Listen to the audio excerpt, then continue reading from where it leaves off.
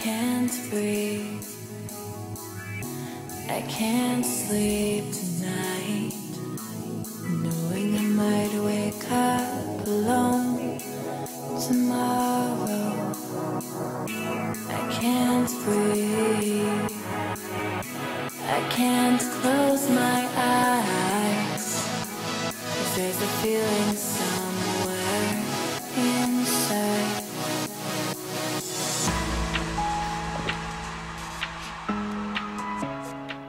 All right, welcome back. Here we are, game number 2, ladies and gentlemen.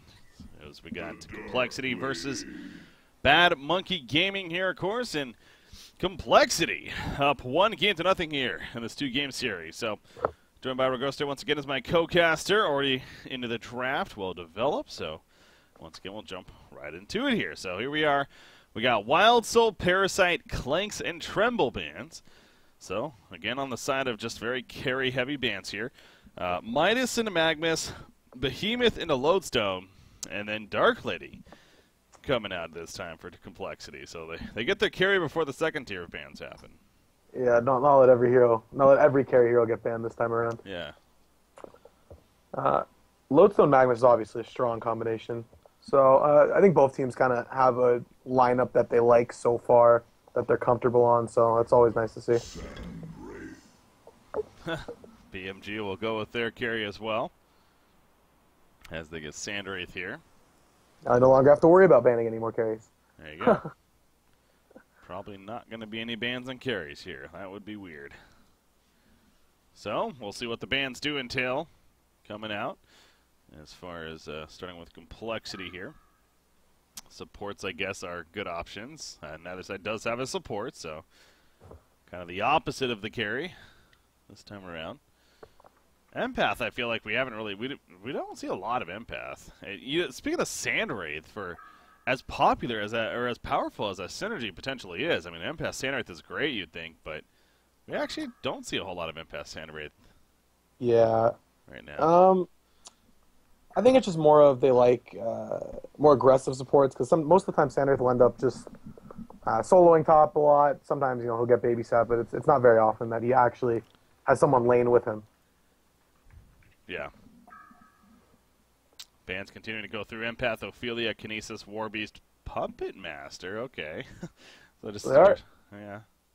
I mean, I guess they just BMG did just run a dual carry lineup, so, and Puppet Master's just an annoying hero to deal with, so it's all good. They do boxy Puppet mid, so that's true. It's more of a respect ban in that regard. Yeah. And Moira thrown in there with the final ban. So now for Complexity against them, somewhat supportish, kinda. I mean, more Empath. You got Ophelia, Warbeast, you got Kinesis, Puppet Master. So yeah, well, it's kind of all over the place, really, as far as bans here. So yeah, definitely. So kind of just banning out everything at this point, trying to get rid of the what you got comfort heroes, and I think that's the right decision. What you got does a lot for them, and especially I think BMG does consistently ban the Parasite against them, which I do agree with. Again, putting a lot of thought here, though, using a bit of extra time already. 50 seconds currently remaining, so still need that support. Still probably need either a jungler or, dare I say, secondary support. Yeah. Could be. Most likely what it's going to end up being. I could see that definitely happening. So I guess this is pretty standard for Complexity. I guess it's going to be Oscar on the Behe and Midas on the with fuzzy slots. So it's I'm kind of thinking what kind of jungler they could take here if they did want one. Okay. Ah, you know what? I was going to let you finish there, and then I was going to say, we haven't seen Cersei, but I didn't get the chance, and now I don't look as smart. Darn it. No, I believe you. I believe you. They're probably going to pick Berserker next, too. So that's totally not happening. But yeah, Cersei is obviously great against Sandwraith, so. Yeah, definitely. And it's actually going to be, it should be on What You Got. It could be played by Love, but I've actually, What You Got's been talking about running it as a second support. So it could still be a hard support, but it's just leaving it open to what they want to do.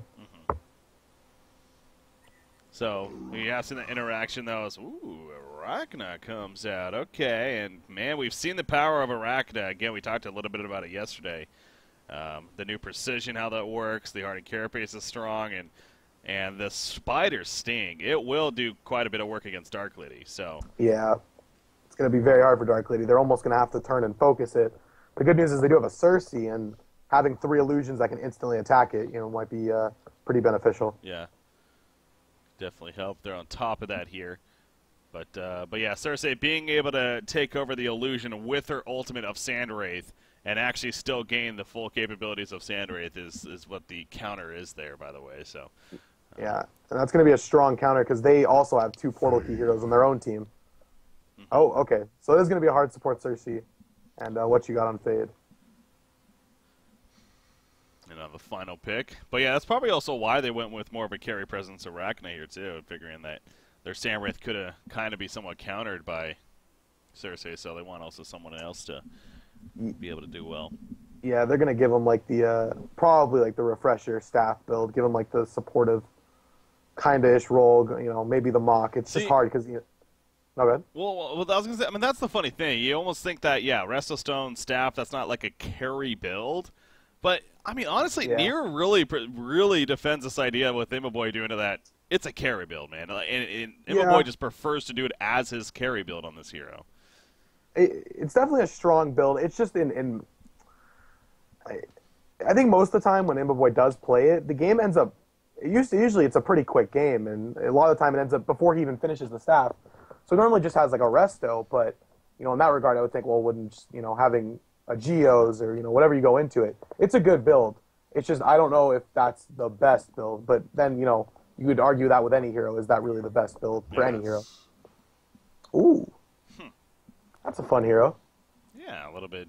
Not your everyday support, but Blitz is coming out here, and I feel like we say that whenever we do see Blitz, yet at the same time he seems like he actually does well, so maybe we should see him more. Yeah, he's definitely a good hero, and he's really good at setting up ganks with his team, so definitely excited to see how he does and how BMG ends up laning this. They got a lot of pretty good slows here on the Hellborn side. That's not an ability. That's not something you really think about a whole lot. Like it's either just stuns or silences are the 2 big crowd controls. But slows can be beneficial as well, especially against a hero like Dark Lady. You got Blitz, you got Arachna with her Spider Sting, you got technically Desert's Curse will do the slow. So a lot of ways to kind of help kite here. And especially Arachna, that Spider Sting, and it goes straight through BKB. It's going to be really hard for Dark Lady to deal with if they can't instantly kill that Spider. Yeah. Pause here. Wouldn't be competitive without it. Time to remove pauses altogether. That would be nice. Would make things a little different, though. That's true.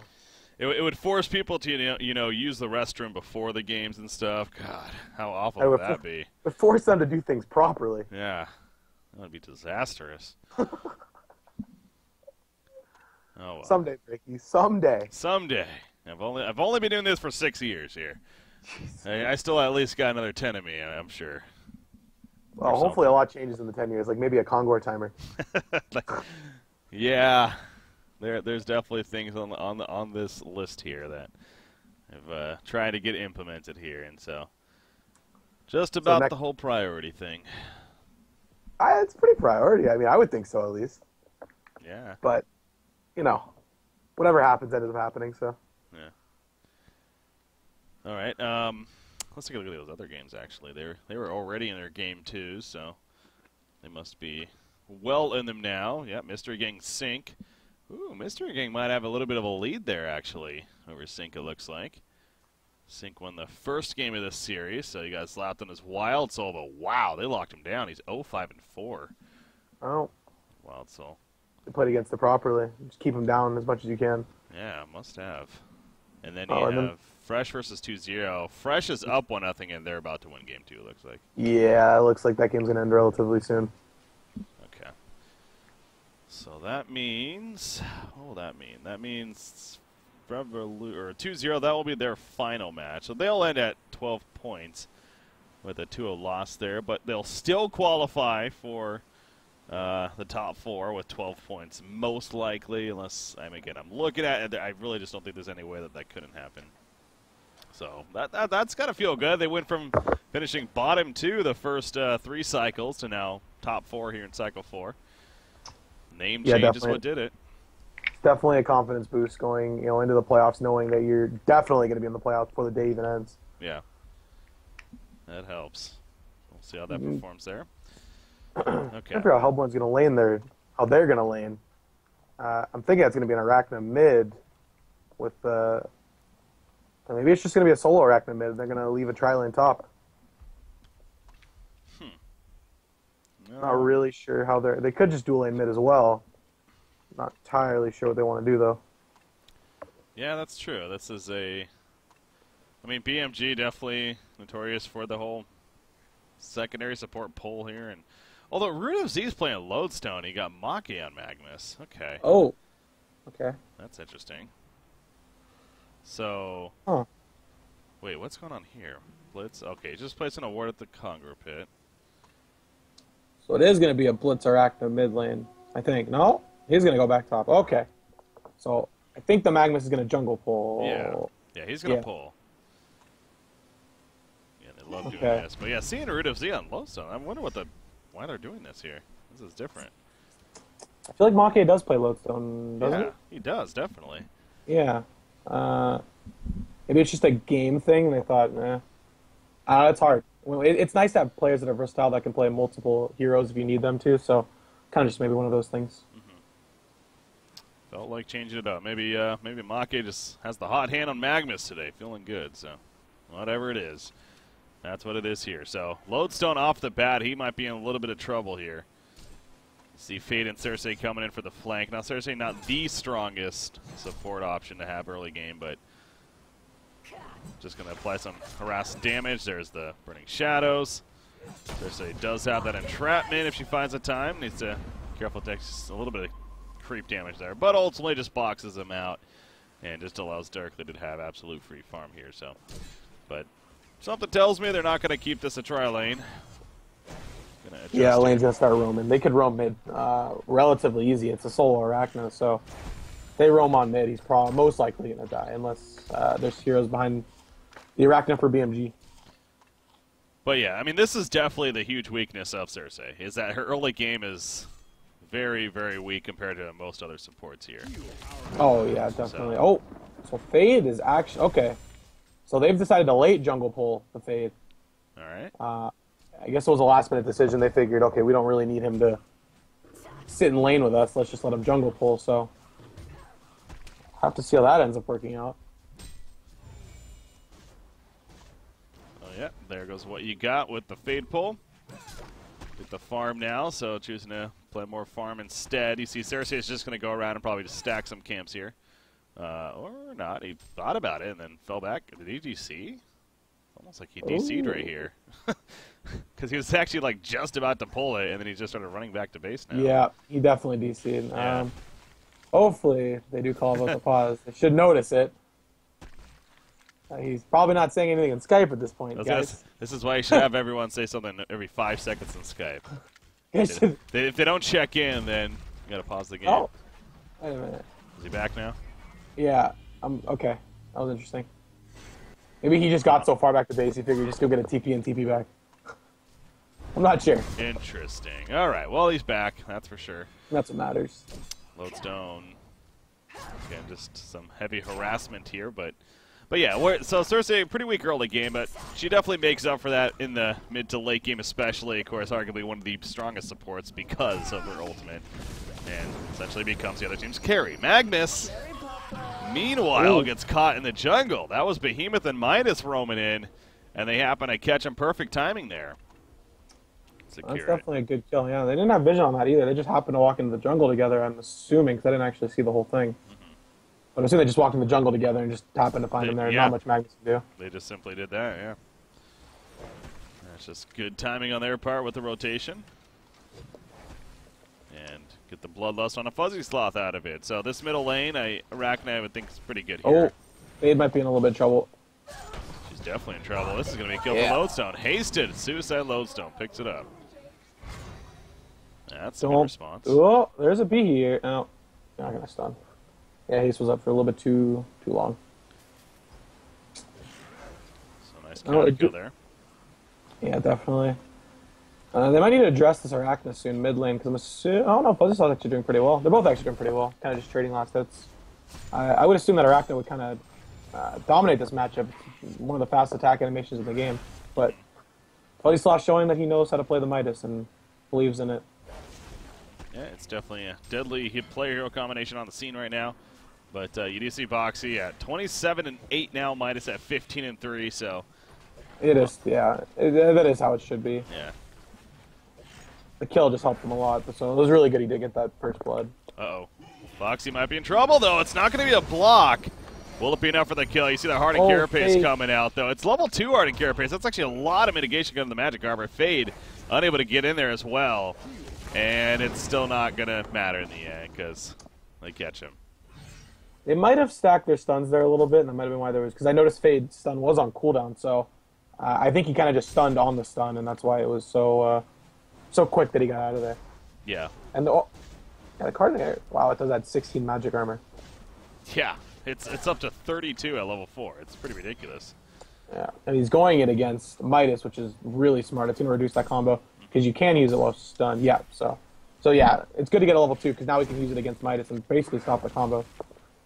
Yeah. Well, not stop the combo, but take drastically less damage. Yeah, I mean, it's that with the precision change. Like, again, I really think that this is going to kind of be the sleeper hero of the patch that not a whole lot of people were talking about going into it, but we've seen bits and pieces of it here and there, so kind of see that again from Boxy playing it, but they're addressing it, definitely. However, the Ward of Sight will spot them trying this. And Boxy that Ward by Fusion that he put up really early. Definitely seeing that gank they were trying to pull off there. So, unable to connect there. How is Sandwraith doing up top? 330 gold per minute, doing pretty well overall. Seems like he's 32-7. Behemoth has been missing for a while here, so essentially has been a free farming Sandwraith, which is why he's doing pretty damn good in the end. At the top lane, it's him and Dark Lady, both doing very well, really. Ooh. Well, Lodestone gets away. Okay. Yeah. 6-minute ruin. The regen's actually top. See if Midas can get to it.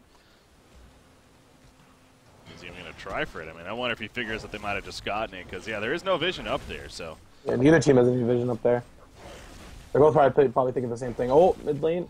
There's the stun. Here's the follow-up. The Spider Sting comes out. Okay, he gets away initially, but that Spider Sting is going to start slowing him now. And there we go. The stun comes in from Lodestone. They're pretty deep here, but they do get the kill. And now more to come, probably. Fade, yep, he takes the stun for the Lava Surge. He goes down. Is that everyone? That's all 5 here. hits. Holy crap. And they got the top tower kill on top of it. Wow. Oh, they committed to it, and it definitely worked out for them. Worked out very well. So 2 kills. And now they'll go back to farming. And like I said, the top tower kill on top of that. Just adding to the benefits there. Yeah, and it's going to let BE, the good thing is for the complexity side, it's going to let BE start farming a little bit, try to get him that PK as soon as he can. And that's a good thing for them. It does suck they lose the tower, but it's probably for the better. Mm-hmm. Meanwhile, Magnus trying to run away here. Midas striding in. Gonna try to go for the catch. Nice entrapment there. And Cersei gonna set that up. That's not the easiest line stun essentially to hit, but he makes it hit. And when it does hit, it does a lot. I think it's is it based on how much it? No, okay, it's just set 1.5. Okay. No, yeah, it's just the flat duration there, but 1.5 enough. It does actually bounce after to that's other what, okay, targets. that's what it was. Okay, yeah. I knew it did something. I just thought Yeah. I thought it was, but the farther it went, the longer the route was. But that does make more sense. That could be pretty cool, but yeah, we'll spread to other targets here if they happen to be nearby. So it's a decent tool, but again, not a stun technically in the end. And I'm actually curious. He is level 4. He's sitting on a 1-1-1 build. So I was going to say, I wonder what he's going to try to max out here. Okay, there we go. The Doppelganger. He puts a second point in at least. And yeah, that's what I prefer, just because get those illusions a little longer lasting. The nice thing with Cersei is, when you pick it, you try to get a hero that has like a good farming tool. Like, it's nice to have it when you have a Lego on your team and there's a Lego on the other team, and you can just use it to farm. So this game, he really doesn't have much that you can use to farm. I mean, eventually the Dark Lady, when Dark Lady gets a Rune Axe and maybe an item or two. but there's no like Lego or something to farm with. Another interesting thing about her that I like to point out too is, you know, again, her ultimate, level 1, it's 75 or 70 even % of the damage done. So the idea of her taking over a Sandwraith here and trying to, you know, counter with that may not be as that great earlier on. So instead, maybe trying to go for something like the Lowstone, a hero that has like a huge a stun ability and a big ultimate, perhaps. Again, like a Lowstone could be pretty beneficial, but at the same time, I mean, you can't pick and choose all the time necessarily. You kind of have to take what you get, kind of deal. Sandwraith top lane, speaking of him, he is going to barely get away. Now here's the response, and Fuzzy Sloth and Oscar are both in a lot of trouble. You see Fuzzy Sloth trying to still turn on to him. It's not going to happen, though. Not going to get chased down. Ultimate from Sandwraith. Sandwraith playing really ballsy there. He almost died because of it. But no, Boxy with the double tap in the end. So more kills for BMG, and this lead's starting to grow quite a bit, actually. Yeah, and they're starting to make some really good rotations. They did mass TP top, and that was definitely the right call. They did get the 2 kills out of it. And Sandwraith didn't end up dying, so that's really well played by them. Problem is they still do have a free-farming Dark Lady who's doing relatively well down here. Yeah. That's the good news, again, for Complexity. We got, what is he looking at? Nearly 400 GPM here. Wonder what Boxy's going to go. And I know he's played this before. I'm honestly blanking what he usually likes to go, though. Whoa. He goes a Bracer. Okay. Guess. Are we going to see another Astro on a mid laner today? Guess. I mean, Arachna's kind of weird, honestly. But oh, Lowstone setting up bottom. Oh. Nope. Charging strikes away in time. Dodge by Dark Lady. In the TP, I was going to say, might as well cancel at this point. Yeah, and the tower's not even in deny range, and that's really nice as well. Well, it's going to be, though. They're going to have to commit to this tower if they want it. And this tower. No, vulnerability. Trying to mind game here. Who gets the last hit? Make will eventually get it. In the end, although Dark Lady, okay. That's always funky with those fissure stuns. Flies around in an awkward manner. They did get the tower tonight. That's really nice for BMG. It's keeping their lead up a lot. And we'll have to see. Oh, that's most likely going to be a kill on my. Great catch right there. Yeah, apply the quicken to Magnus to help him get in range for that stun. The Spider's still going to be blocked, actually. But in the end, it's still enough of a slow with a web shot as well. And now Behemoth also dies. So Behemoth and Midas dying in pairs here. Yeah, they're kind of just getting picked off a lot. They should know at this point that BMG, okay, if one person's in trouble, they're mass TPing at this point. So they should never expect one hero to be alone. They need to start playing like they know, or think in their heads, okay, there's at least 2 or 3 heroes sitting behind this guy. What do we do? Yeah. So that's basically their only thing they can do at this point. They need to just stop dying, get farm on the TDL, give them the jungle, and should be pretty easy after that. Well, not easy, but easier. Meanwhile, they're competing for the bottom rune here. Unfortunately, Cersei lost that battle. However, oh, the Magma Stun tried to guess it there. Comes up short. And Cersei might be able to live. Never mind. Quicken applied. And she's going to hide in the trees. Oh, well played there. The Sandwraith ultimate spots her. And allows him to get the kill. Good use of their abilities, knowing that that's a possibility they could do that. So, and now Dark Lady needs to be very careful down here. And Cersei not even level 6 just yet either, and action's already continuing to break out here. That's pretty important because, again, she's great against Sandwraith because she can ulti the illusion like we were talking about, but the fact she hasn't even been able to do that yet and already now 2 Mirages used, that's pretty crucial here for this Legion side. That's essentially why they picked up this hero, so. Yeah, and it's going to get a decently timed Mach, and that's going to be great for Sandwraith. The earlier he gets the Mach, the earlier pressure he can put on the other team and stop their portal keys. They're just going to run away as they clear out a little bit of the Hellborn jungle here, or Legion jungle, excuse me. Dark Lady, the Rune Claver, it's just about there. Does need the one more broadsword, but meanwhile, Arachna, kind of interesting there. He went the brace here, and now he builds just into a Firebrand. So I guess just wanted the little extra tankiness you get from that item. It's never a bad thing. I mean, if the 500 gold saves you from a death or 2, you know, it's never bad. Yeah, I guess that's a good way to look at it. So has that here, but again, go on the Firebrand and see where it continues to go. I know No Fire Blade can actually be a decent item on the hero too, just in general, and You know, against a Dark Lady, being able to purge off the Dark Blades is pretty good, so wonder if that could be an option for him or not. Ooh. Oh, the same. They tried that same play top, and Oscar missed his ulti again. Oh, but he does get caught. Yep, okay. He tried to TP out thinking he was safe, but Fade found him with the ultimate and gets the kill onto him. So well played by what you got, still pursuing, even after he got away.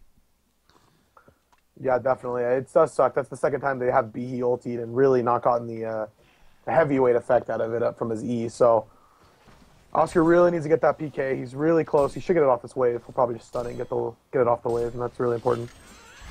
Bottom lane. Lodestone going to be jumped by Dark Lady.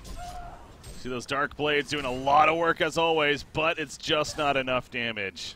And they are going to turn it around again. Good decision not to try to chase there because the TPs were coming in. So it's unfortunate they didn't get it, but the last thing you want to be doing is getting turned on. Magnus, meanwhile, going to escape out of the jungle once again as he finishes his portal key, though, at the same time. So crucial pickup here for Bad Monkey Gaming. You mentioned the Mach is getting very close here for Sandwraith. Still needs the sort of the high, I guess, but still some time in here. It seems kind of odd to me that Sandwraith's realistically not farming that well. He was laning against nobody. Behemoth kind of abandoned the lane pretty early, and kind of looks like and he really didn't port into his ulti other than that one fight mid, so kind of just curious to why he's either missed a bunch of CS or why he's like behind Dark Lady in CK and CS. Yeah, I don't know. I wonder what Fade's also going for as far as an item. I mean, 1,500 gold saved up. It's looking like it could be a portal key, I guess. TDL needs to be really careful here. Moving through, they're gonna catch Midas. Sting comes out once again. He's gonna be able to element warp it away initially. Look at this spider, though. It's coming, including Arachna, and so is Sandwraith. Again, this slow is doing a lot of work, man. Across the board, they got a lot of it. That spider sting, it's giving them it helps a lot with the initiation because he's getting slowed on that first spider hit. And Complexity should not look to fight this. They need to dodge as well as they can. Get very defensive wards up. And maybe try to find a pick or two, but BMG is literally just running around as 5, and they need to expect that. They need to see when they see one hero to just not be there anymore. Get out as fast as you can. So what do you think Fate is going for? Is it going to be that portal key, you think? Yeah, I think it will be. It's definitely a strong item on Fate. It allows him to not have to use his ulti for a lot of fights. So yeah, I think it should be the PK, and it probably will be. Okay. Yeah, saving up gold like that, but he actually popped a Veiled Rod right here with a couple of teammates. I think that's just Behemoth. They're working towards top. They're going to try to get Sandwraith. This would be a very big kill if they can get him. They do have a PK on BE, and I don't think the Hellborn team saw it. Yeah, this Veiled Rod is huge too because there's definitely a ward there on the statue, and here we go, the jump of the Shockwave. Easy kill in the end. That was very worth the investment of the Veiled Rod there. Yeah, definitely. That's a big kill. Cersei needs to be careful down here, though. Yeah, she's tough to kill because of that deceive ability. Manages to escape here, but support coming in is also going to keep Fate at bay. So they'll keep the Mock of Brilliance in check at least. Buy more time for Dark Lady to get her farm. Yeah. I don't know. Is Portal Key really the best choice on Fate, especially? Like Behemoth, of course. Midas, even Midas, I think is kind of. But I'm saying that because of Sandwraith. Like. Oh yeah. In that regard, it is. But in a lot of ways, it's still core because the ulti only stays there for 5 seconds. Level 2, yeah. So, I mean, it's just 5 seconds of you having to stall or wait. But for Fate, at least, it's more of for after the team fight. When either they're trying to chase or they're trying to pick off or they're trying to pick someone off. It's really not for the main initiation, so I still think it's a good item on Fade because normally it's just the ulti that they use to initiate with. Yeah. Cersei, keeping an eye on it. It seems like is trying her best to kind of keep some type of illusions up again. She went the 2 points in it, then another point in an entrapment here, so kind of interesting with that, but. Because the other nice thing about Doppelganger, the more you level it up too, the less mana it costs, which is pretty crucial actually. As for a support hero, you're not going to have the most massive mana pool. You see right here, only 468. So I'm not sure about the second point in entrapment, but I guess it does provide a little more damage.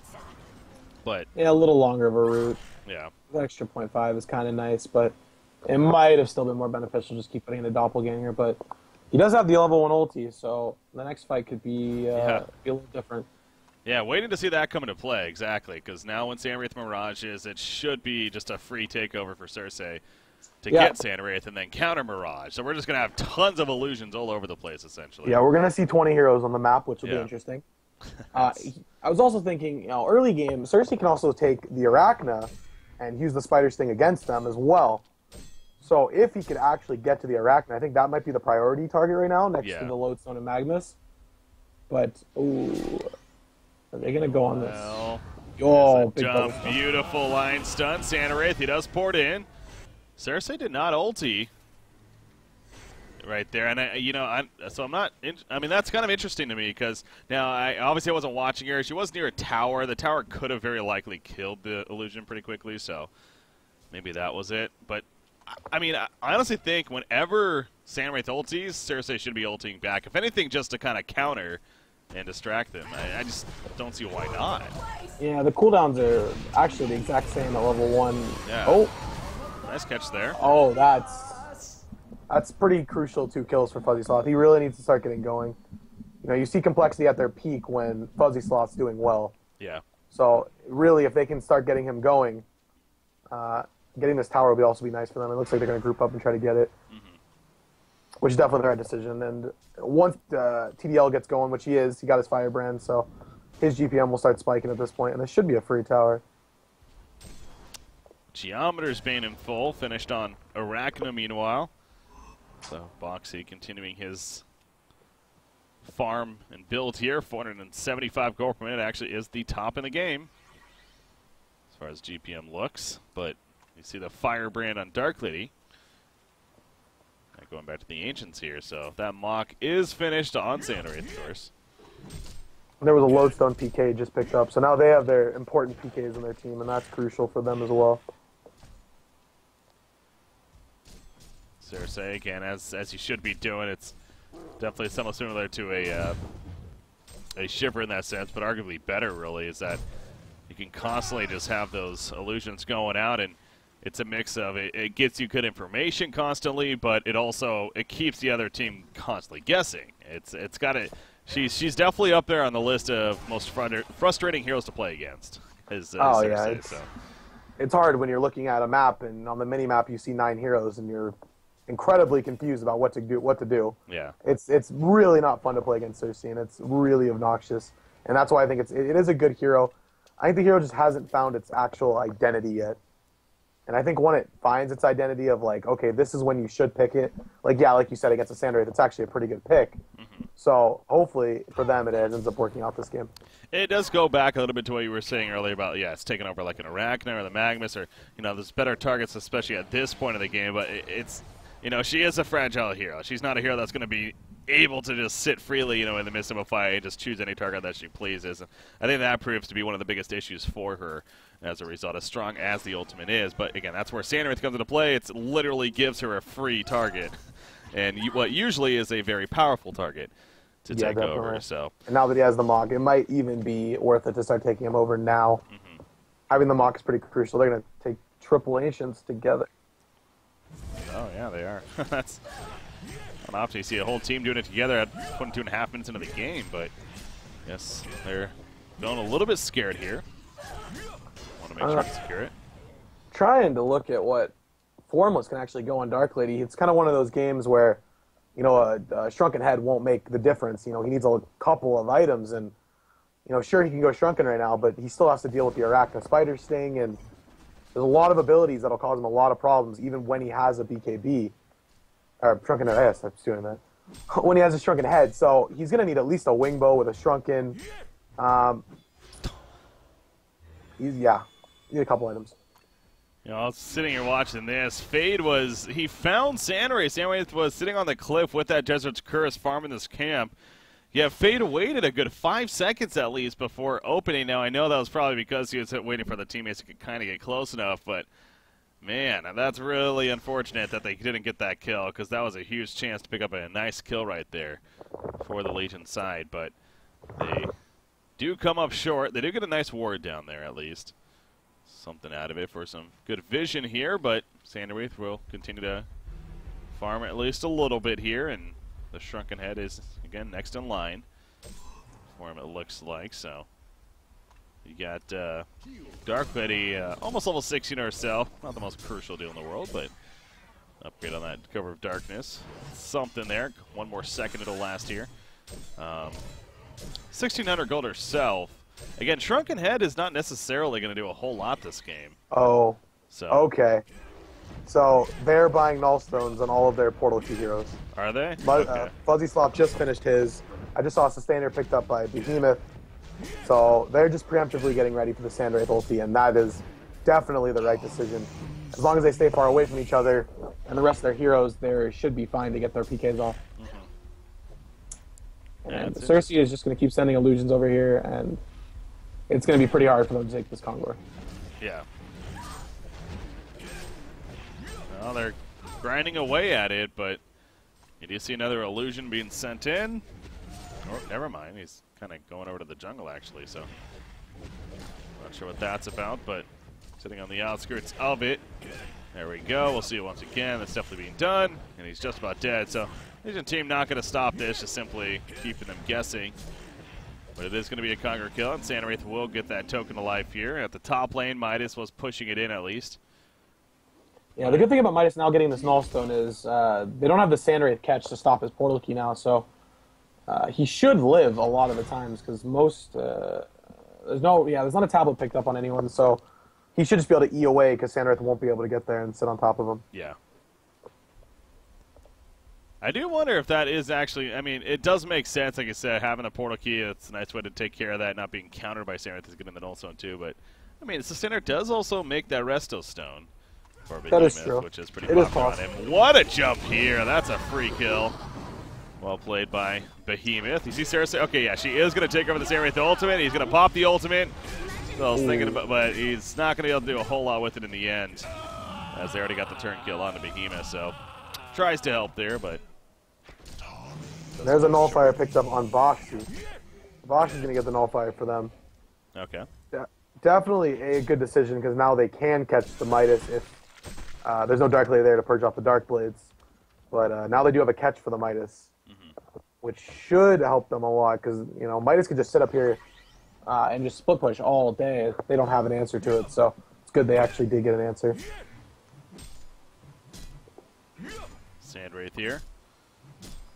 Trying to finish that Shrunken Head himself, but yeah, the Nullifier Blade for Arachna. Gonna definitely be pretty strong. Again, Boxy really has had a hell of a game when it comes to farm. 510 gold per minute now on this Arachna here. And we definitely saw a bit of an impact earlier on in this game, but it's tapered off a little bit as far as, you know, the action that we've seen from him. But granted, I assume that when it starts breaking out again, he is going to be of impact. Like I said, it's his new precision and the amount of single target damage he can do, and the Spider Sting always a dangerous ability to worry about. So his threat is definitely realistic here. Okay, so yeah, Dark Lady does get the Shrunken. Okay. So that's one item done that he really he needs crucially. So now he needs to get a Wingbow at this point. It'll kind of guarantee him to not get instantly blown up. The problem with going Wingbow is, you know, Arachna has the built-in Savage Mace, or the proc of the Savage Mace. So it's gonna be a little difficult for him. It kind of sucks because it just you want a Wingbow, but it really doesn't do anything. So I'm not really sure what he's gonna go. it could be a Satanic. The Symbol of Rage, yeah. Symbol of Rage, Satanic. Ugh. So it could be a Symbol of Rage. Yeah. Yeah, because Wingbow, I didn't even think about it. I forgot. I thought it was just him, but it is all ally heroes. Oh, that's another thing Cersei is great for. Spotting build rock ganks. Oh, yeah. And just probably ran into all of them and popped it, right? Yep. I was going to pop it right now. Yep, pop the other one. There you go. So, That's good. Well, Dark Lady has a harder route this game to go. I'm not sure at all what he's going to go. Yeah, again, even the Shrunken Head, what normally is such a powerful item on there, it really isn't that great this game. It's the Spider Sting, the Sand Wraith, of course, is still going to be able to do plenty through it, so it really is a tough itemization game here for Dark Lady. Sand Wraith, is that a counter ultimate? Yeah, okay, Cersei did counter ulti, but again, the same deal. Not going to get a whole lot out of it in the end, just simply. So, I mean, that's interesting. If you're BMG here, you know, your Sand Wraith really has to be communicating. If he, like, Sand Wraith can't just be randomly popping it. Because, you know, we see a lot of times the Sand Wraith where they pop it for vision purposes, just to see. But now that you're dealing with a Cersei, knowing that she can just turn on you with it, you can't just use it freely for that purpose, I feel. Yeah, it'll be very dangerous. Oh, they're going to see the Sand Wraith. They're not going to do anything about it. Yeah, he still has a token. So, yeah, and it's definitely going to be a problem because if he just randomly uses it, you know, for vision, and they're at Kongor or something, you know, Cersei's going to use it right back. Go, oh, they're at Kongor. Let's force a fight. They can't use their portal keys now. Mm-hmm. So he does have to be very careful about how he uses it. Magnus, there is a ward of sight here. Looks at okay, they're going to see that with the bound die. So now if you're the Hellborn side, you realize that, oh, we were seen trying to sneak in here, so they're going to know this. As a result, they can't try to be too sneaky here. They are going to push middle, though. Sand Wraith Ultimate is coming off cooldown right now, so they will have that to work with. Pretty much everything is ready to go, other than Cersei. Her Twist of Visage is still 15 more seconds here. But it should be up by the time any fight breaks out, which it doesn't look like it's going to happen anyways. So the tower kill takes place, and then BMG will fall back here. A Whispering Hell now on Arachna. It's just, God, Boxy just continues to just get insane farm here, man. Yeah, Arachna's not known for flash farming. Yeah, and he has no farming item, really. He doesn't have a Thunderclaw or anything, so I'm pretty impressed by how much he is farming without actually having a farming tool. And he's keeping up with a Dark Lady with a Runed Axe, so it's, never good for the Legion team going, wow, they're carry with no actual farming item is keeping up with us. That's a problem. Yeah. You got Midas up here. He's being scouted by the Slowstone this whole time. Arachna's running up too. Midas might end up dying here. Or I don't know actually, because you do see Midas does have that Null Stone. Okay, it is going to be taken off though, and yeah, that Spider Sting, even if he tries to get away, he just simply can't. Cersei, however, here we go. Cersei comes in, actually, with Sand Wraith. Pops the Shrunken Head, trying to get some turn kills right here. Has backup coming. Shockwave from Behemoth will hit. Down goes Lodestone as well as Arachna. Cersei ends up coming out of the ultimate herself, but Sand Wraith did get out of there, it looks like, in the end. Yeah, so. that was still very well. It was still very well played. You know, they baited Fuzzy Sloth baited long enough for them all to get there, and then be able to get a big turn on Arachna, which is their priority target right now. You know, Sand Wraith really isn't that big at this point, so that's a crucial kill, and that should push Dark Lady, start to push Dark Lady over the Arachna. Fade. Ooh, again, similar as I mentioned earlier. You find Sand Wraith in this spot, but credit to Baltazar there. He's farming it very well, just on the cliff like that. In case they try to jump him, he's able to just go down quickly. So, somewhat Clanks-esque there. Fade is still scouting them, though. However, he's trying to TP out now because he has seen. Unfortunately, that's not going to happen. So what you got a little too curious again. Ends up being typical found. what you got style. Yeah, right. Just wanted to see what was going on. Yeah, they definitely just, this game's going to be kind of a farm fest. They just need to get as many items as they can in Dark Lady.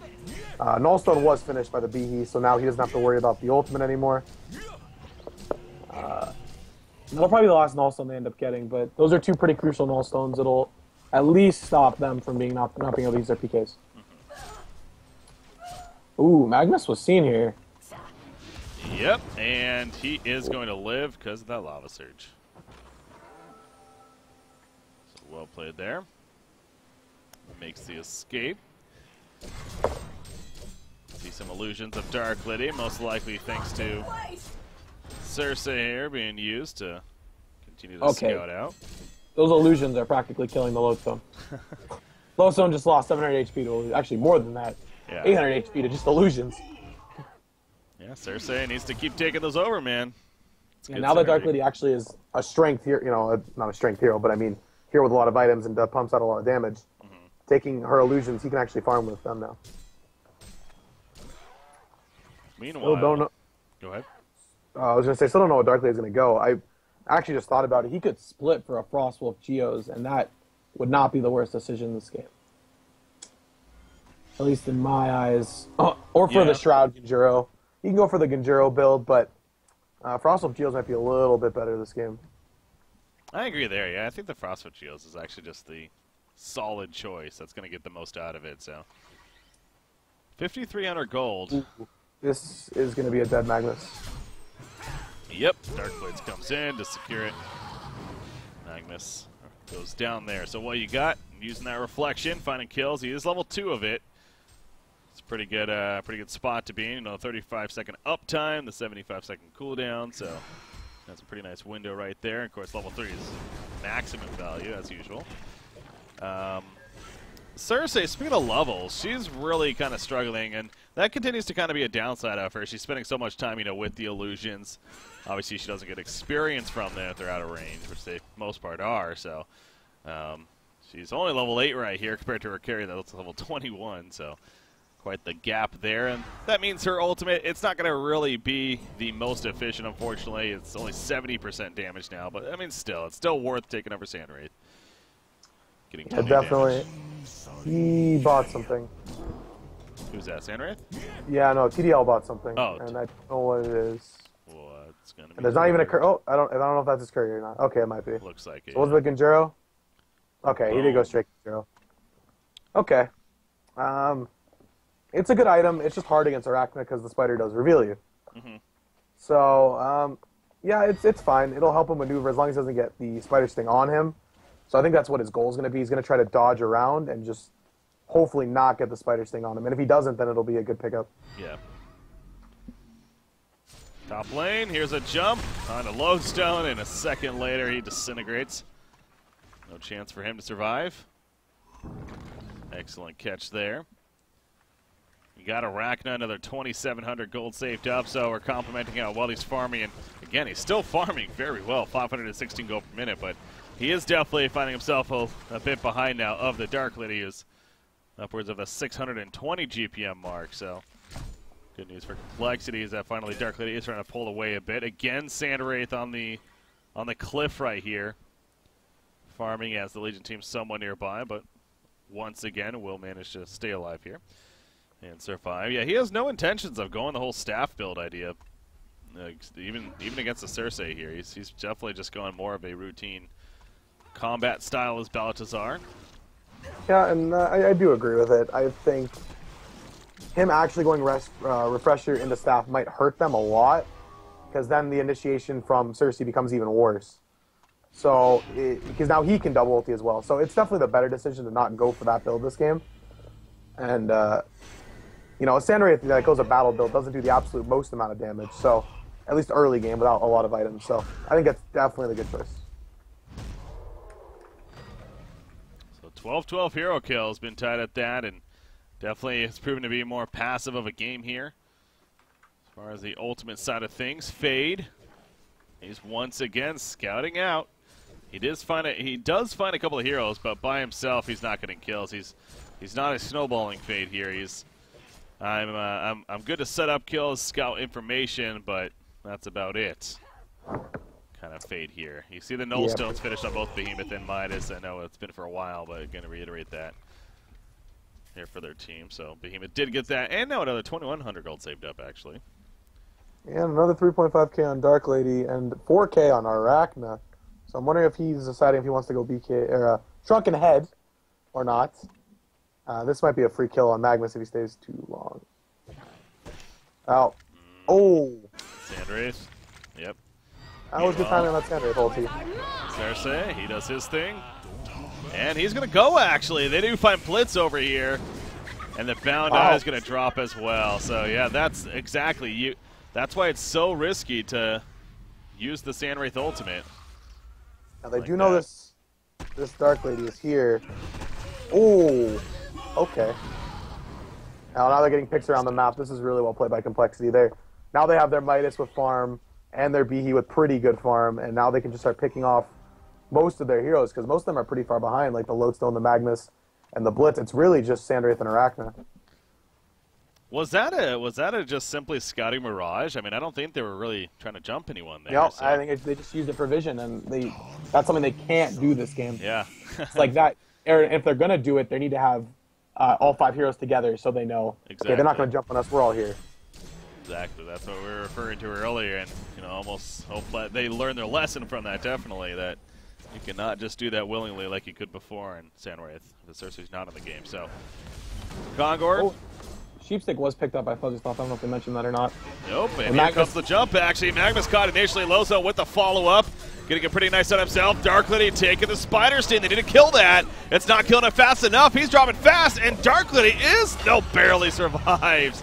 He gets away with the charging strikes. Fade is the only one dead so far.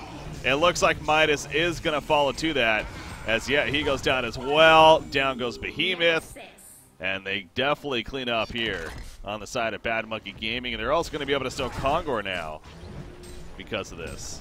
Yeah, that was... they had the right idea to jump the Magnus. The problem is Dark Lady didn't get over there in time. And or did get over there in time, but didn't finish the last hit on him. And it just let him live. And, he got a whole nother stun off in that whole fight. So they need to... If they're going to commit to something like that... Okay. Well, Dark Lady just went all in on Rift Shards. Oh, wow. Is that level 4 even? Yeah, point? that is level 4 Rift Shards. Jeez, okay. Just get that damage up in here. So he's going to hit like a truck now. Yeah. If he can get into the middle, if he can charging strikes through their whole team, they're going to melt. Definitely a very all-in-ish kind of idea here. I mean, this is a very, very even, close game. It's not Doombringer-esque by any means, but it's definitely a greedy style where, yeah, you talked about earlier, I mean, the idea of the Geometer's Bane Frostwolf Skull split up, I think that would have been definitely the more safe and still viable build, but yeah, he's going more of a I want to kill you quickly kind of style. And that could be a good decision because their team is relatively squishy, even though it is a Lodestone. They're all relatively under 2k HP. None of them are tanky, and they could melt pretty fast to 1 or 2 crits from a Dark Lady, especially Arachna. And once Arachna dies, they lose a lot of their damage because Sandwraith isn't really at that point yet to be an actual threat. Yeah. Not sure what this is supposed to mean. Something about the Abyssal Skull and Arachna's Aura stack for all ranged, meaning that the percentage increase of their damage goes up exponentially. I don't know what the hell that's supposed to mean. Somebody's pointing that out in chat. What do they say? Something about the fact the Abyssal Skull and Arachna's Aura, or Precision, stack for all ranged, meaning that the percentage increase of their damage goes up exponentially. Not sure exactly what that means. I think they're saying because the percents, the percent of the percent. I think that's what he's trying to say. Like he's trying to say like the percents of both. No, it doesn't work like that. No. Okay. It just doesn't work. It's just a percent of your base damage, no matter what the thing is. It doesn't continue to add more base damage. Yeah. So yeah, he's saying the 12% from the Abyssal Skull, and then that on top of the Precision. So I don't know. I'm just gonna go with I'm confused. And go with that. All right. Don't confuse me, please. Only brought it up because there's a little bit of pause there, but we'll let that slide here. Okay, so Arachna does get a wing bow now herself. So again, intense damage. I mean that's for certain. Again, the precision alone, it's especially with how it works now. The more she's able to sit on top of you, the more damage she will definitely be doing. So. And that's where you gotta be careful here. Void Talisman picked up by Cersei, and it's level 2 actually of his ultimate, which is important. Okay. Yeah, that'll be good for the next fight. Yeah. That's 15% more damage. Really not sure what Dark Lady's doing. Okay, Dark Lady's critting for 1,000s without Dark Blades. So with Dark Blades, they're probably gonna be about 1,200-ish, 1,300-ish, and you hit a Magnus once, or the Blitz once, they're dead, so. If he comes out of Genjiro with Dark Blades and gets the proc, yeah. Yeah, that could be, well, with Genjiro, it could be over 1,800, I believe. Yeah. It's some really high number, but yeah. Fade's looking at them all right now. Oh, wow. Do they have a bound? I mean, they had one earlier. Obviously, you lost it. You know, they got some dust on them now, but no bound eye currently on the Hellborn side, so maybe you want to try to get another one of those here, possibly. That's pretty good, especially against Fade. Ooh, okay. Interesting to do that. So he actually goes Resto Stone instead of the staff here. First, at least. Like I said, I do think if you're going to go that Resto staff build, I do like the staff better as the first item choice, but I just don't know the Resto staff this game just because you're against the Cersei that's going to do the exact same thing to you. So, oh, that's a DD Dark Lady as well. Okay. Well, that's painful. Yeah, do not. They should go look to. He's going to go hit the base. Yeah, this is the right decision. Yep. And that tower's going to die. So no port backs yet on the Hellborn team. I think Dark Lady. Oh, yeah. Okay, that was the right decision. You didn't want to get caught. Yeah, it doesn't know if they're porting back yet. They don't have the vision, obviously, anymore. So playing the very safe route. Arachna pushing up the lane here. Nobody TP'd back or anything like that here on the Hellborn side. Oh, never mind. Somebody did. Magnus, it looks like. He did come back here. He has a Storm Spirit in hand, ready to get a catch, but obviously Complexity also is playing it safe here. So, yeah, Dark Lady's still unkilled here. He's 2-0-3, actually. So, you know, only been involved in 5 kills in 43.5 minutes, but still is yet to die. It's still a very close game. If Behe can manage to get his Resto Stone, and he's really not that far off, that could be a pretty big game changer here, because there is only one BKB on that Hellborn team, and it's on the Sandwraith. And if Arachna doesn't buy one here and sell the Energizer and buy one, it could do a lot of damage to Arachna. Yeah, God, going the Resto Stone, there's not only is it, I think, a poor choice going up against the Cersei for the sake of it doesn't counter the Cersei still, because if anything, it just helps the Cersei even more. As actually bottom lane Magnus, ooh, that's an awkward pause, but yeah, see, I'm looking at it like this: is the Hellborn team or the Legion team already prepared for that Sandwraith ulti, so they're gonna get it off once. Cersei's gonna instantly take it, and it's just gonna be a whole nother counter initiation. So only one Sandwraith ult actually is gonna be used on the Behemoth and Midas because of the Nullstones. So it's just kind of like, well, if you were gonna go it, you probably should have got it before they got the Nullstones on both their core heroes. Yeah. Open shop. That's an interesting glitch. That's not fun. Yeah, especially when it randomly happened. Yeah, I've never had that problem before. That's really interesting, actually. Well, I'm gonna say that Magnus is dead. Yeah, I mean, he's already stunned here, so don't see him getting out of this one. The Dark Blades are up. It's just a matter of how long it takes. Will they get a crit here or not? Well, it'd be fun to see, so I'm gonna look until I see a big 1600 crit. Here it comes, right here, first hit. Let's go Formless. I believe in the dream. All right. We'll see. It's definitely a death for Make. Ouch. Well, it was the second hit, but yeah. Ouch. 1,400 damage. Again, that was with Dark Blades, but it's still not even the maximum capability just yet. Oh my gosh, and now you have a Savage Mace on top of it. So, figured he didn't need the Cleaver anymore. Definitely the right decision here. Now he's really going to be able to tear apart the Arachna. Wow. And Arachna has to be careful now, because he does have the solo kill potential. What just got delivered to Midas? The Sheepstick, yep. In full, so he's got that now with the Nullstone Portal Key and Post Haste here. So very mobile. Got a catch potential on the Midas here. Void Talismans on both Cersei and Fade now being picked up. Deal with the Arachna as well as the Sandwraith for that matter. Arachna, another 3,700 gold saved up here. What the hell is she getting next? I mean, similar rage, I guess you could argue. Yeah, that's probably going to be the item of choice, but I still believe she really does need a BKB. Shrunken.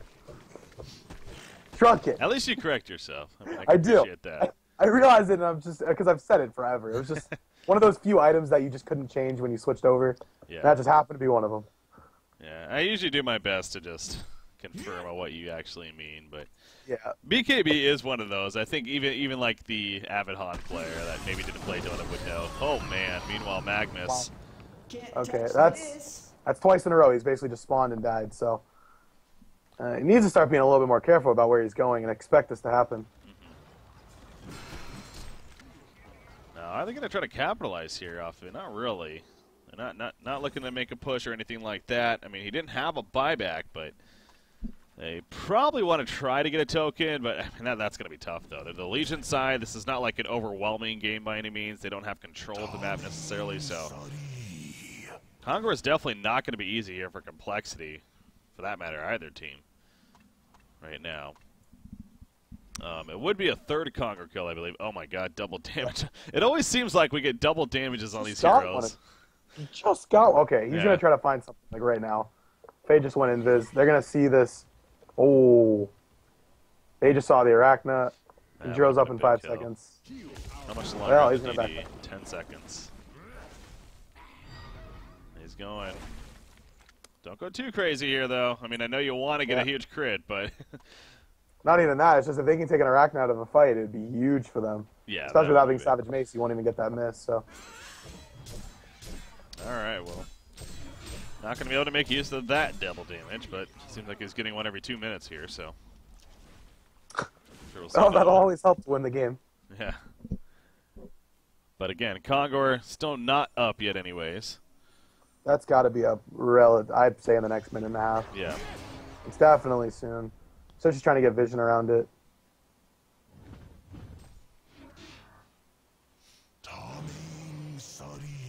It's just scouting. I mean, you can tell the Hellborn team, too. It's just BMG. Talked about Magnus maybe overextending a little bit, but as a team in general, they're playing it very, very safe here. Yeah, now they are. Yeah. Trying to sit in their jungle. The problem is now the Legion team is farming more of the map than they are, and they're just going to... Frost will play picked up by Fuzzy Sloth.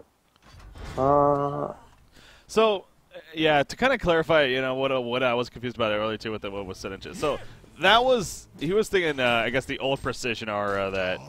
used to provide damage as well for the team. It got changed now. It just provides the True Strike here to teammates. It doesn't actually provide damage increase anymore. Yeah. So that's just a point to note about that. Okay. So confusing. Stop changing heroes so much. Please. All right. Okay. What did Arachna sell for a portal key? What the hell? We sold the Energizer for a portal key. Okay. Interesting. Yeah, I guess it's better mobility, but... Guess so. I guess he really wants to get the spider on the TD Dark Lady, so... it's definitely an okay decision if he does get it on him every fight. But at this point, they're kind of just farming, and Cersei is blocking camps with the illusion, which I do agree with. Just sucking more farm away from the Hellborn team.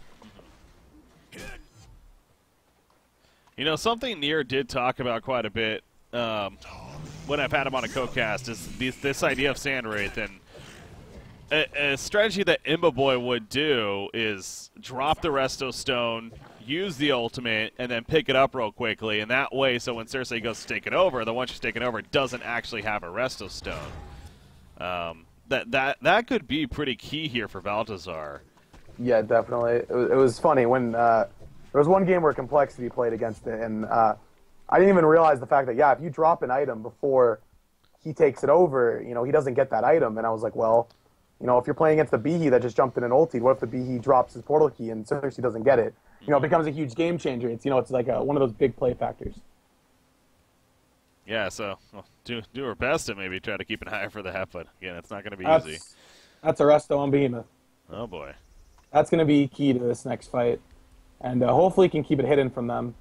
If they don't see that he has this double ulti, it could be pretty game-changing. Especially with Sand Wraith. Oh, okay. There it is. Okay. Finally buys the Shrunken on Arachna.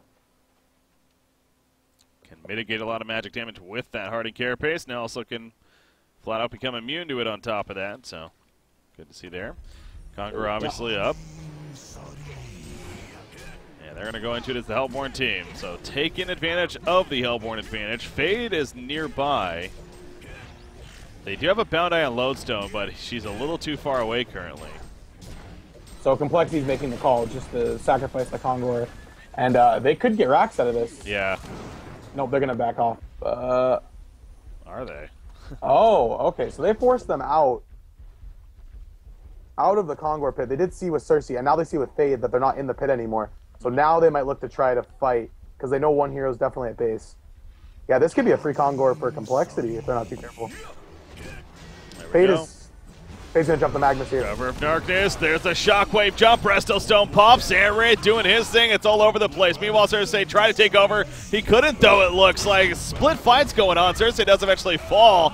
And now Behemoth being chased back. Blitz on top of him. Sandwraith is chasing back the Midas. So far, Magnus is the only one to die officially. Formless is running back. Okay, so he to die as well. Double tap, making a hat trick for Boxy, actually. Cleaning up with a single target. I mean, it's so hard to see what's going on in these fights with all these illusions and everything. It was such a split fight everywhere. It was such a split fight. So many illusions everywhere. So Dark Lady did get it picked off. She bought back, and she could not get back there nearly in time. And I don't know how she dropped so fast, but... it was the portal key factor on Arachna. She kind of just waited in the back, and as soon as she saw Dark Lady jump in, she straight up jumped on him, threw the spider on him, and then Dark Lady just stuck there. You know, it's so hard to move with that. That's big. Token now. Who did they give it to? Sandwraith? Okay, yeah, they give it to Sandwraith here. Lodestone took the bananas just to hold on to. Most likely, probably pass them over eventually. And yeah, I think he already... I'm wondering, too, how Cersei had trouble getting the Sandwraith ultimate. Because something stopped her from taking it over. I wonder if she was just too close and she got caught by maybe Lodestone or Blitz or something. Because I know Magnus was caught off on his own. So it had to be either the Blitz or the Lodestone. Yeah, I got kind of the replay here. Again, it was all over the place, so I'm looking back at it now. But, yeah, I mean, I see Cersei, and she tried to ulti. She wasn't able to. She tried to then run away, and she couldn't. And, yeah, it's just a big split fight. But, as you mentioned, Arachna starting it with a jump on to Dark Lady. The portal keep paying dividends. And now he actually gets the Rift Shards as well. So he sold the Whispering Helm, figuring he just wants more damage instead. He's not having to lifesteal here. Why bother with that? Yeah, it's definitely true. Arachna's not, or Dark Lady's not going to be able to get onto the Arachna, and that's kind of been what the problem is. I think Dark Lady kind of needs to play like an initiator, just sit in the back, and then when he sees Arachna, it needs to go on Arachna. So, and there's another DD. That is the third one, I think, in 10 minutes. And Arachna gets it. I think I think Frost was trying to tell everyone to start fighting. Yeah. It's like the double damage room becomes more relevant spawn. Yeah, I see right there, 1,300 crit on the illusion. Doing the same thing Dark Lady does. Jeez. So he's, yeah, again, if you're Complexity, especially seeing that double damage, not picking a fight right now, staying away from them. Uh-oh, Fade. He is going to get caught. The Bound Eye Lodestone. Magnus follows, and Fade is definitely dead here. It was a good decision by Dark Lady to not use anything. They do know where he is, though. He needs to be very careful and get out of here. Running. There goes Sandwraith. Oh. Nice sheep. Cersei's going to take it over, by the way. Pops it herself. Going to stop all their PKs. They could try to turn on this. They don't want to. Okay. Not sure where Cersei actually is. Okay, she's back at in the base. Yeah. Did she wrestle? Why is she not Wrestlestone? Wrestlestone ulti, dude. Oh my gosh. Love is... you know, it's always the problem with Cersei when you take over someone and you don't know where the items are. And you're like, what? Where did this item go? You're kind of panic mode, you forget, yeah. I guess. That is the problem, because you can't put the items in your own slot, which does, you know, it does confuse you, because I think every player has like a spot where they like to put, you know, each and every item, so it does kind of annoy you. Yeah, that does make me believe, though, you know, a player like Love, and again, nothing against him, but it's not Cersei, you have to play it before several times to definitely start get comfortable. It's things like that you just have to remember. 100%. And I think he'll probably realize, someone probably yelled at him in the Skype call, why don't you use the resto? Yeah. Use your ulti again, so I'm sure he'll get it next time. Hopefully. I don't think it would have done anything really too much there at the end, no. But it's just that idea. You might as well, so yeah, it's no point not to. Midas is sitting on 6k golds. I'm wondering what he wants to get. I'm not really sure if he wants like a carry presence or something like that. You know, he can maybe go a Frostwolf himself, or try to get some item that'll help out his carry. Even a Hellfly wouldn't even be too bad to give him the extra Give him somewhat of a little more damage. Yeah. Huh. I wonder something like a Behemoth Sard. I mean, he is a strength hero. Would enhance his damage a little bit. And Yeah, that's true. also tank him up a bit, but yeah. He's kind of safe for a buyback. He doesn't want to. He knows he might need a double buyback here. Well, the Dark Lady Illusions, meanwhile, taking out the bottom lane. So Cersei doing work there. Meanwhile, off to the side down here, the top lane, Fade is sitting nearby. Oh, he walked down the hill. Yep. Sitting too close. Arachna going in, by the way, catches Behemoth. Cover of Darkness will come up. Arachna, again, you see her sit on a target. And the damage adds up, and now they catch Dark Lady. If Dark Lady goes down, that's going to be huge. It absolutely is. She buys back immediately here. Final one. This is it for Complexity. They're all in right here. Can Dark Lady make a play? There's illusions all over the place. Cersei will go down. Dark Lady being forced out once again immediately. She gets back to the well, but she's done no damage this whole fight. She's able to get an attack off, but again, has to fall back to regen immediately. Even the illusions are doing some decent damage into the well there. Shockwave, Behemoth, trying to make a play. Resto Stone, down goes Arachna and Sandwraith. And they are able to hold here ultimately. They did lose a top, but that is it. And they will finally force them out. So Dark Hoodie manages to survive. He, again, used both buybacks in the end. So, really the only positive there for Complexity was I guess they got a base tower down under that. Fuzzy Stop didn't have to... he didn't die, so he didn't have to buy back, so that's good for them. But Dark Lady is out of buyback, so I'm not really sure what he wants to... If he wants to sell an item and try to get something else, but at this point there's not much they can do. Fuzzy Stop did buy a Resto Stone, which, I mean, is a great item on him. A double combo could be pretty crucial. Yeah. Still remember when the Resto Stone change first happened, Midas, and he was kind of one of those heroes that definitely kind of stood out that we never really saw, actually, unfortunately, but it's the idea that you could essentially, get like 4 stuns, really, if you line everything up. Or it's 3 stuns in a row, but still, the idea is that you can lock somebody down that long on paper, at least. It's pretty cool, and still the cooldown wouldn't be that long because his abilities, of course, aren't long cooldown, so... But, yeah, good to have. Again, Portakey, Sheepstick, always great for that alone, so... Definitely a good pickup here. So I think what Complexity needs to start doing is Cersei needs to start spawning massive illusions of Dark Lady and just send 2 or 3 at a time at that bottom racks and just keep hitting the melee racks. And either start whittling it down to the point where one of them can just walk in and hit it like twice, or Dark Lady can walk in there and get it herself. But they need to just start hitting these racks because they're both vulnerable racks. And it's just they need to start doing something like that, something cheesy, to probably come back into this game. Even though it looks like it's a really close game, it's heavy momentum's in BMG favor.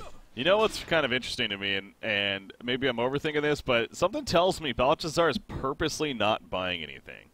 He has 6,700 gold, but he probably figures that this team is doing enough right now to be able to win this game, and he doesn't want to give Cersei more of a chance to kind of turn this. So. Yeah, that is a possibility. Or you could be the overthinking factor of, oh, what do I get? I don't know what to get. Yeah. So yeah, there's a couple reasons he might not be buying an item, but you still even should buy an item. I mean, it just seems odd to sit on 7k gold, even though he could just buy back Resto and pour it in again. It just seems a little odd. Oh, they just mass post-hasted bottom. Wow, okay. Okay, if Complexity can pick up on this, they should be able to get a free racks out of this, but I don't think they saw any heroes down there. No. You do have Sandray still kind of hanging around nearby. You got Blitz, obviously, that he did not teleport either, although he doesn't have a TP on him. But BMG, with those post-haste, they're looking for kills here, but as we see, probably not going to get them. Although Sandwraith is kind of alone over here. Fade, is that the real one? It is. No? Okay, he caught the real one initially, and he didn't realize it. I thought the other one was the real one. Yeah. Kind of a misplay there. I mean, he should have been able to judge by the damage that his W does. So kind of a misplay there. I'm pretty sure it was just what you got call saying, I don't think this is the real one, and then them all getting a little bit, going, okay, let's just get out of here. We screwed up, get out. So it might have been the right call in general, because I think BMG was starting to collapse on them. Yeah. So might have been for the better. Oh, yeah. I just don't believe that Complexity's really used this Cersei to its full potential. I think they could have been using illusions a lot more to be backdooring and whatever it might be. I just don't think they use it to its full potential. 100% agree there. I mean, I consider myself, a pretty comfortable Cersei player, and that's one of the first things that I definitely look for throughout games. And yeah, no, it doesn't seem like, again, Love has been the most comfortable with it. But here we go, Shockwave in the background, it hits one. The cover of darkness on top, remember, they're blind to everything. Sandwraith, double lockdown. He's going to die off the bat. He could not even get his ultimate off. Of course, he has a buyback and can join still. Meanwhile, Spider Sting in the background. Dark Lady, she's still able to get some damage off, but no, she's in trouble. The trigger wears off. Storm Spirit in the air, gonna be fired out, gets a hat trick, wants more, can he get more? No, yes he can, but he does die. He got a quad kill, it's chaos all over once again. Blitz is the only one to live here for the Hellborn team. Not even sure how it happened, but it did. Okay, quote me if I'm wrong, but I'm pretty sure Complexity just won a 5v9. Because I think all 4 heroes did buy back on BMG in that fight. Did they so I do believe that was yeah. actually a 5v9. Yeah, and that had a lot to do with Oscar's big ultimate there, and the resto on Midas. I got the replay on that one. I mean, that's one to definitely check out and kind of look over again for sure, but we'll see what happens here real quickly. Cersei has to deal with holding the top lane, but they are going to fall back in Midas and Behemoth, it looks like. But you're right. I mean, in fact, Maka even just bought back again, so he is now out of buybacks here. Oh. That was 5 buybacks used for that one fight. And they didn't even win the fight out of it. And now, now they're down a little bit. That gave a lot of gold to the other heroes. Look at this, meanwhile. Midas and Behemoth trying to be really sneaky here. They may catch Blitz in the end. I think they're going to do that at least. Yeah. So they're going to get Blitz out of it, too. And the Bound Eye? Kill it, at least? Probably just kill it. Or just not pick it up. That, too. Okay. There we go, Behemoth will pick it up. Okay, so yeah, they get that there. Okay, so let's take a look at this replay. Oh, that's not it. I changed the file name. My bad. But yeah, I really want to see that again, because especially an epic fight like that. There's Cover of Darkness. The Shockwave going into it. That was a big shock. But yeah, the Cover of Darkness, no doubt, too. Absolutely huge. It caused a lot of havoc in the middle of a team fight. Yeah. Dark Lady had her shrunken up. She was chasing Magnus a little bit in the background. She got in somewhat trouble then, but then popped the Geometer's Bane and started to crit like crazy, I'm sure. Hat trick coming out. She barely stayed alive right there. Charging Strikes finally died in the end. I don't think they bought back and came in, unless I'm missing something. They did. Well, they both had buybacks before that fight. And I did see post haste, and I don't think they bought back before that fight. Arachna did. Arachna did. When did Balthazar buy back? Balthazar. I think Balthazar bought back as well. Yeah, Balthazar did. You're right. And that was it. Magnus did not, I don't think. But, oh my gosh, back to the live action. Rudizy gets picked off, and the action continues, actually. Dark Lady in trouble. The Spider Sting on her. The Arachna's packing an auto attacks. He gets the kill. In the end, that's exactly what they need. And now another 77 seconds before he's back up. Vote to pause coming out. Oh, boy. I'm wondering, trying to find where Oscar is. Okay, Oscar. Love might have DC'd. He is kind of it's just the well, no, he uses E. Maybe not. I don't know. He still has his ultimate, actually. Look at Sandwraith is chasing him, though. Kind of an awkward pause here. Yeah. That's always the best, too, and nothing's even said. It kind of just pauses mid-fight, and then no one says anything. Kind of wonder about that, but yeah, I would think there was some kind of hiccup there, but formless. Him being dead, again, he's not buying back, so it's not like they could be talking about, like, oh, if you're going to buy back, come back in here and we can turn this, but... Yeah, I think they are going to have buybacks on at least Midas. I don't think Oscar will. I think he's going to have to sell... he might have to just literally sell post-haste and Blood Chalice before he dies, if he does end up dying. I don't think he will, though. I think he'll be able to get out of here. Oscar DC'd. Okay. Oh. Yeah, well, he didn't use ulti or anything yet, and... Well, it might be partly because of the Sandwraith ulti, but even then... Well, I mean... I don't know. Yeah, maybe. I guess the Behemoth... I mean, the Nullstone obviously would have negated it right there. Yeah, you know what? He probably... But, I mean, at the same time, if Sandwraith immediately Resto Stone ulted again, then it could have stopped it. Was. Yeah, I do see a bunch of illusions mid. Yeah, it looks like that was a double ulti. Instant double ulti. Okay. So, yeah, but even then, it does suck if he did DC. I don't think it would have been a huge factor because I think he would have got Portal Key canceled anyways. Yeah. But you never know with that kind of stuff. And Arachna still has bananas. I just noticed that. That's good too. Okay, so yeah, let's clarify again too. So it was just 2 buybacks there. It was Sandwraith and Arachna that did buyback that previous fight. Lodestone and Magnus had to use buybacks from earlier going into that fight. Okay. So, but yeah, we see this fight here, and with Formless being dead again, now it's just the game of we need to get the hell on out of here. So here we go. Can Complexity make escapes here? They need all the heroes they have to live. Any hero that doesn't have a buyback needs to get out, and Fade's going to die here pretty much no matter what. Watch the Midas. Midas, can he make the escape? Magnus, nice stun. And he's still not out there just yet. Nice transmute. Fuzzy Sloth. He has a Restal Stone, actually. There's a portal key. And he is going to make the escape. Okay. Double portal key. He did live. Yeah, I was going to say maybe Resto to post ace out. That's a good decision. They do have B up with the double ulti. They need to stall as long as they can to try to get the Dark Lady up. I don't think they'll win a fight without having the Dark Lady up. Yeah. I think they... I don't know if they saw Blitz blink in there. Don't think so. Behemoth is kind of just tempting with the illusion here. This could be big. I mean, I wouldn't be surprised if they think that is real. Meanwhile, the real one, oh, the Shockwave doesn't really hit much right there. Darkity, 25 more seconds. Midas doing what he can. There's another Shockwave, though. Sandwraith feels that one. And now he's trying to run, but he can't. You do see Cersei got Sandwraith. Has the one ultimate. He's not Restal Stoning, though. There we go. He will pop it. Down goes the real Sandwraith. Blitz is being chased down here. I think is actually going to escape with that quicken.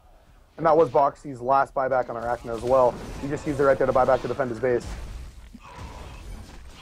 We've had a lot of epic finishes here in this cycle alone, man. Oh, this game is now very... This game could be anyone's game at this point. It's just going to come down to one big fight. They need to... Legion needs to wait till all their restos are off, they're all ready to go, and Hellborn needs to wait for everyone to spawn and have a buyback on the heroes that do have buybacks and get post haste on them. Yeah. Absolutely craziness we're having here. This is the game number 2. Again, it's a 1-0 lead for Complexity. BMG just simply trying to split the series here and get a very important point out of this. Not only for themselves, but also to keep Complexity in check. If they let Complexity get the victory, that means 3 points for them in total, where BMG would get nothing, of course, and they're going to pull away a little bit here in the group stages, what is the final day. So important all around here. You got Midas, or more so Cersei, creating the illusions of Midas here. Again, causing a little bit of panic of the Hellborn side. The push is real. Again, buyback situation. Arachna and Magnus both out of them.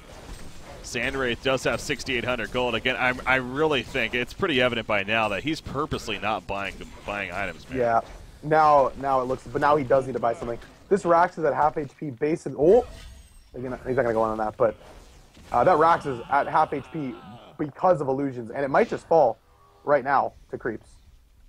Yeah, the ranged one is, and the melee one maybe too if they're not quick. Meanwhile, the tier 4 towers are taking damage for Complexity. Yeah. Get back have to defend that. But yeah, no, they're going to get the melee as well, most likely. Yeah, it's a big wave. It's going to take it. So they are going to get Kongor out of this. The problem is I don't really know who's going to take it. That's going to be a big enough factor. Maybe Arachna drops the portal key and takes a token, which I think would be the right decision. Yeah, that's what he's going to do. Mm-hmm. And Banana's going to be picked up on the Sandwraith. Arachna's going to say it's 6,500 gold with no buybacks. Got to get something here. He does rebuy the Shrunken Head, so he's still going to have, because he's going to sell the Shrunken Head he has here. I mean, he's going to have 4,000 plus gold or so. So he's, I mean, obviously Rifters are level 4, right? Yes, they are. He does have the token currently, so I guess really has to kind of wait till that runs out here before he's comfortable with another item. Oh, okay. Dark Lady sold something. What did she sell? She has a Nullstone here, right? Yeah, sold the Frostburn. Yep. Ooh. Interesting. I'm not entirely sure how I feel about that. Doesn't really have an orb effect this game, morph attack, so maybe a symbol might have even been better than going this Nullstone. It's pretty late to get this Nullstone, which is considered like a early mid-game item at this point in the game, so I'm not really sure. Well, it is creating one less illusion from Sandwraith, at least on the initial one. Sandwith finally has a staff, by the way. Okay. I do feel like the reason why he did go it, though, was for the Arachna Sting. And, like you said, the Sandwith's going to take it off. Yeah. So I don't know if that was the absolute best item of choice here, but I guess he felt like he needed it in some way. Yeah, a little unfortunate here. It's the last pause, apparently, for both sides now, so... It's probably Oscar's probably going to go do a full internet restart if it is him, I'm assuming. It does suck for BMG. They have to use one of their pauses for complexity. Yeah, good manners at least, but it is. Yeah, definitely. It is that spot. It's like they want to be friendly and good mannered, but at the same time, it's a 70-minute game. It's very crucial that they win. Yeah. So yeah, it's kinda. It is nice to not be BM. So. Hope that nothing else happens from here on out. Yeah, they need to make sure everything's okay. But yeah, having that staff finally, I mean, of course, that's absolutely huge here for Sandwraith now. He's going to get that 2-second fear as a result. So you got to reiterate that. It fears for 2 seconds, as well as even applies a little bit of a slow for 4 seconds on top of that. But the fear is the biggest part. It's in essence supposed to counter Cersei, as well as just be powerful in general to initiate into a team fight. So huge that they have that here. Here we are. This match is obviously, it's definitely ran its course here, and we're plenty moved on here as far as the other series go. I know Sync, of course, they have to wait for this one to be finished because they're playing Complexity here.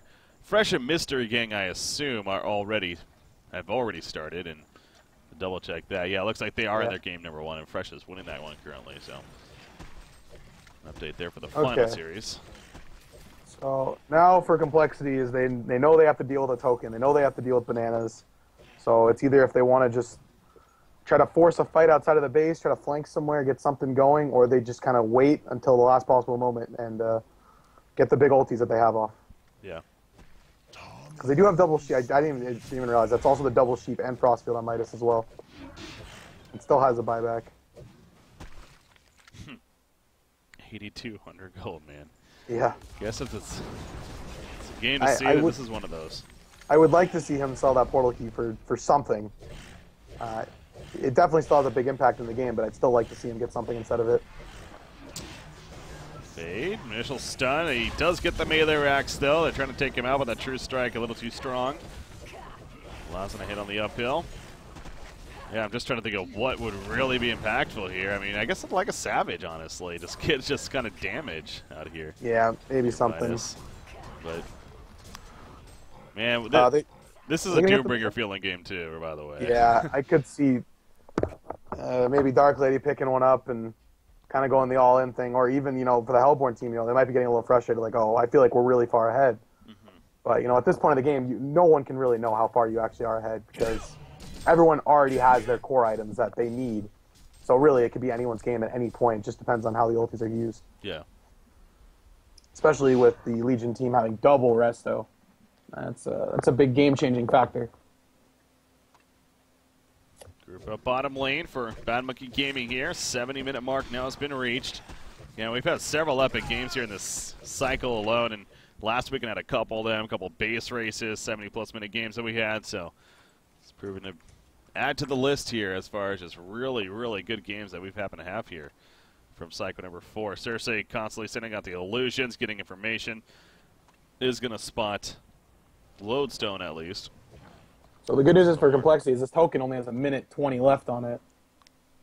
And I think Arachna's going to, I think that's Arachna's carrier. Probably has an item on. He's going to keep it going back and forth right next to him. Oh, there's a fight. Here we go. Arachna's going to be jumped. There comes a Storm Spirit, though. 13-15 crit from Dark Lady. Sheepstick on Arachna. They're all in trying to kill him right here. Restoration still being used by Midas. There's the first kill. Ganjiro on Dark Lady. He's going to open. Shockwave immediately. Arachna's in trouble. Arachna may fall right here. Yes, she is going to go down, but now Dark Lady, can he stay alive? It looks like a cleanup here for Complexity. Blitz goes down the genocide for Complexity. Only Fade died right there. The coordination and lockdown was superb. Wow. They really just used their abilities the exact way they're supposed to be used. Oscar doing what he does best on B, getting huge ultimates off, and Dark Lady just was able to jump around that fight. Didn't really have any trouble whatsoever in the fights. and they don't really have buybacks. It's just Balthazar. He has to try, because this is the game if not. This could be mega creeps very easily. Cersei bought a Thunderclaw to help defend their own base. Yeah. Because he is back there alone. Yeah, I mean, obviously it's so rare seeing on the support, but it does make a lot of sense here. The desperate move in this game just to protect. Samurai's going to do what he can. It's not a whole lot, though. He doesn't even have one of his ultimates. And so he really just can't do anything here, honestly. There go the mega creeps for the Legion side. This could be it right now for Complexity. Here comes a tier 4 towers. You see Resurrection Timers. Arachna, the important one, up in 15. It is going to be enough to scare off Complexity, but they got megas, so they can feel pretty confident that the creeps are going to be a lot of work here. Because, again, with the move speed, with the damage now that they're going to deal, it's pretty damn absurd, honestly. So, good luck with that.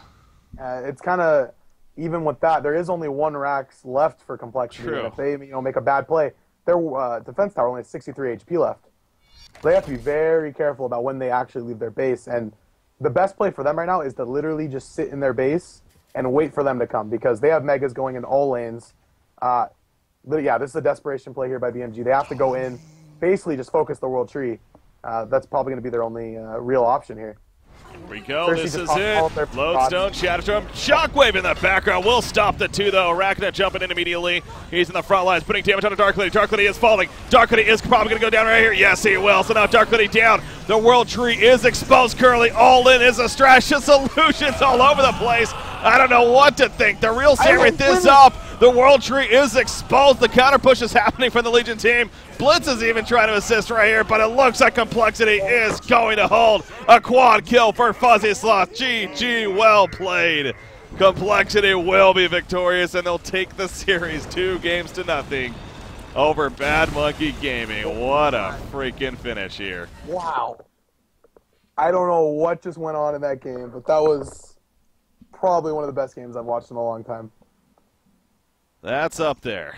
That is up there. Definitely one of the, not only, not let alone this cycle this season, but definitely in a very, very long time. Fantastic game between these two teams, and holy crap, what a way to finish it. And, again, so Complexity taking it 2-0. Yeah, I mean, that was ridiculous. Like, it's one thing to, I should have just, like, let the action happen. I shouldn't even try to cast that, because it was just so much shit all over the place. I saw so many illusions. I didn't know what was going on. That's where I just look at health bars and say, okay, this guy's dead, this guy's dead. Yeah, I mean, Dark Lady got picked off immediately. I thought Complexity was in trouble there, actually. Dark Lady died right away. As soon as Dark Lady died, I thought that was going to be a huge problem, but Fuzzy Sloth and Oscar, being that good supporting cast for Formless, really was the reason they won that game. You know what? Oscar on Behemoth, he was fantastic for that too, because he hit Magnus and Lodestone as they were trying to jump in themselves with their portal keys. First in the background, I got the replay up right here. That was a big part of it, no doubt. You see Sarah say she was able to take over Sandray, so of course that had its own impact. Jeez. And then, yeah, it finally comes to a conclusion. They just could not kill enough. Fuzzy Sloth with a quad kill thrown in there, and all the CC that he was able to do. Whew, pretty ridiculous game and pretty ridiculous finish, but that will be how it concludes. But the interesting thing about it all is that we still got one more series now, or Gross Day. Jeez. Cast here, I know. Hopefully it's another one like that, though. I'd be totally okay with that. Yeah, no, that would be fun. That would be fun. All right, we need a break. I'm sure Complexity needs just a little break right here, but we're already 45 minutes past the hour in terms of when the next series is supposed to technically start. So. In fact, it looks like they're even already in the next lobby, so shouldn't be too long of one. I wouldn't be surprised if they won at least just a little, though. But game number 1 of our next series, our final series here of the group stages. This is going to be it. I mean, after this series here, we'll be done with the group stages, and we'll know how it all breaks down. And we'll have all that information here. So that's going to be coming up next now on Honcast. So ladies and gentlemen, stay tuned. Complexity versus Sync, game number 1, going to be coming up next here on Honcast. Stay tuned, guys. We'll be right back with Game 1.